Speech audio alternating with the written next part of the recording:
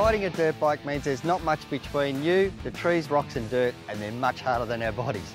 So it's important that you pick yourself a good quality body armour. Now, AJ Roberts and Benny Barrell tell us what they look for in a body armour and neck brace.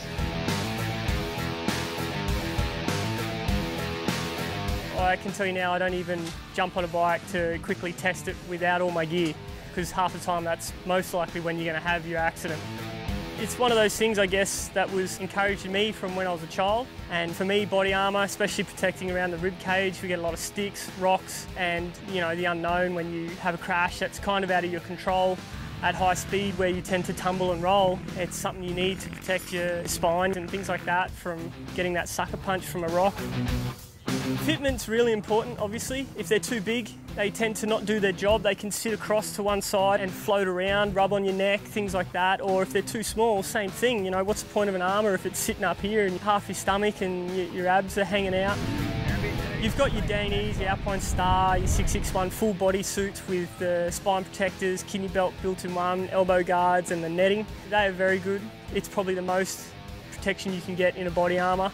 For obvious reasons, you'll pay more. Then you move on to your sort of plastic chest roost protectors, which come with good shoulder protection, chest and back, but no real arm protection. And then there's just a straight up roost guards, which they don't do much more than limited protection for your chest. There's a vast range of armour out there, and I think if you're going into a shop knowing that you wear a kidney belt, and try it on with it. And same thing with a helmet. Some armours sit quite high, try it on with it, make sure you can actually move your head and things like that, because mobility is very important as well.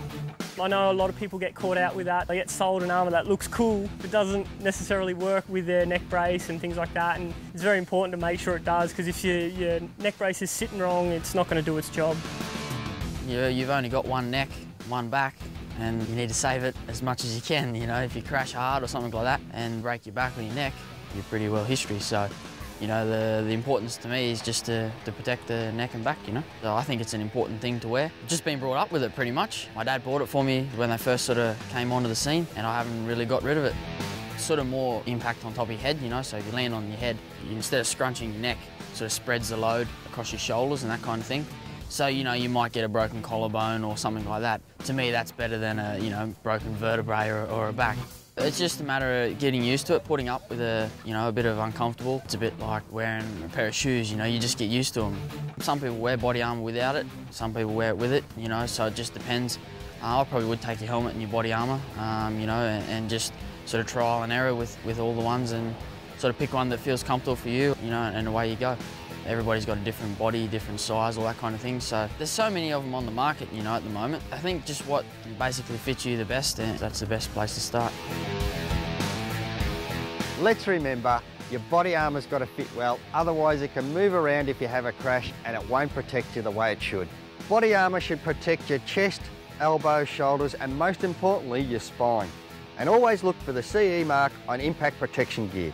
It indicates that the equipment complies with European safety standards.